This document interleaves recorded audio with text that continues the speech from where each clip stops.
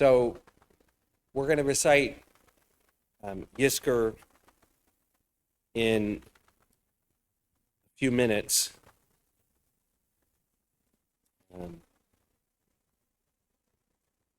And I want to frame this moment by reciting two poems.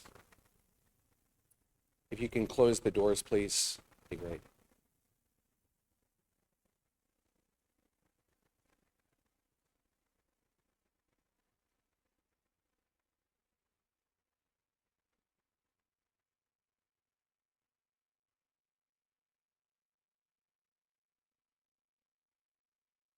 Two poems composed after October 7th last year. Achizat Einayim, Illusion by Michael Zatz. Madhim איך הכל נראה זהה, גם כשכלום לא נשאר אותו דבר. It's amazing how everything looks unchanged, even when nothing remains the same.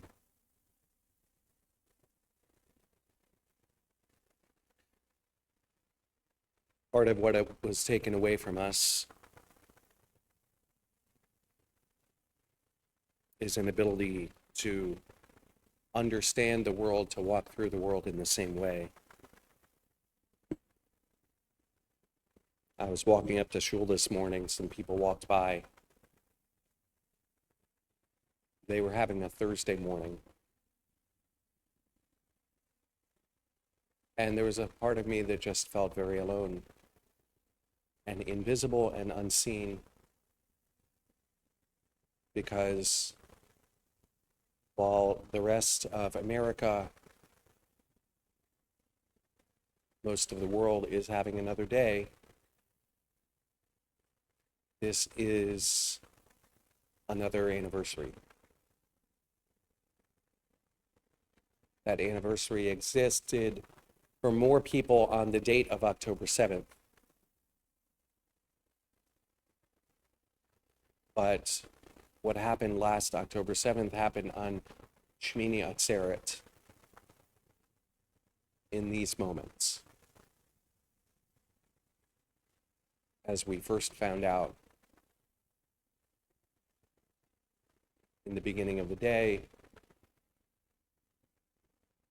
it took my breath away. I heard 30 people had been killed.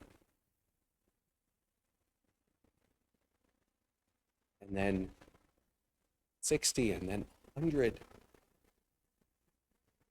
And the numbers kept rising. And today is another day of reliving those moments, and everything seems the same to others, but everything has changed. The other poem, and I imagine that the poet had this in mind, her name is Tal Shavit. It's called Yom Tov, which in English is a good day. But Yom Tov is what we call a festival. And Shmini Atzeret and Simchat Torah are festivals. And the poet is pointing to the way in which a festival,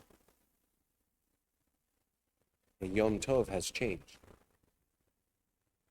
She says, I want to manage all the emergency situation rooms, to mobilize all the supply chains. I want to take care of all the children, of all the single mothers and those who are gone. I want to turn myself into bulletproof vests for all the fighters, become iron domes over the heads of all the girls, each and every one.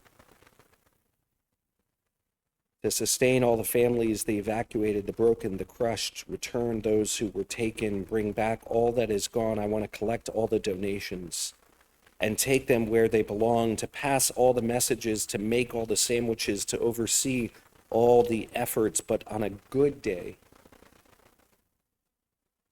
Aval b'Yom Tov, I manage sometimes to breathe, sometimes to drink, sometimes to call loved ones. On a good day, I manage sometimes to cry.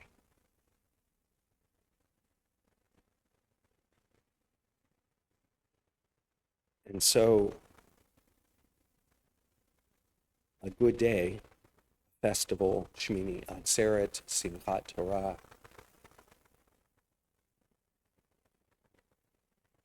has changed to a day when sometimes we can cry and give voice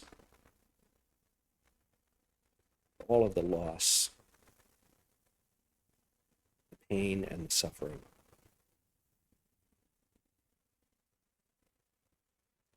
Rabbi B'nai Lappe writes or said in a Eli talk called An Unrecognizable Jewish Future, a Queer Talmudic Take.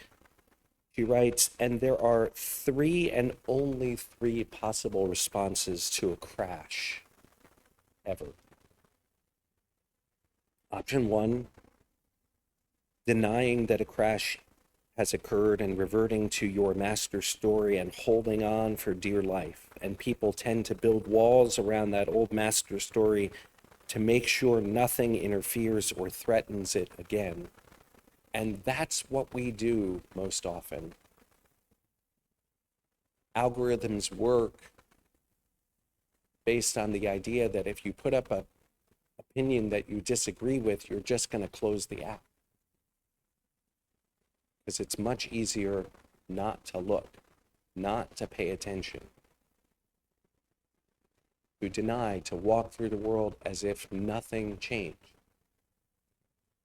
Option two, accept that your master story has crashed, completely rejecting that master story and jumping off into a completely new story.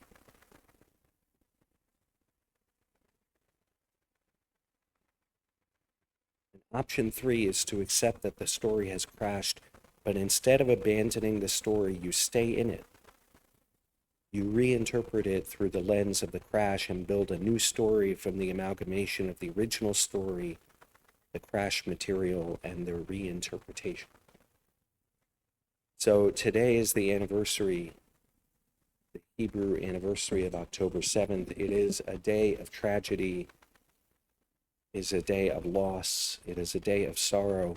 And a little while ago, we said Hallel. And tonight, and tomorrow, we will dance with the Torahs. And we have to reinterpret. We don't let go of Shmini Atzeret. We don't let go of Simchat Torah. We don't let go of Hallel. I said Hallel this morning, and I read the first psalm, the second psalm, the first psalm. Which psalm did I read? I read, hold on, third psalm. And I read these lines, why should nations say, where is their God? And it cut me like I hadn't heard it before.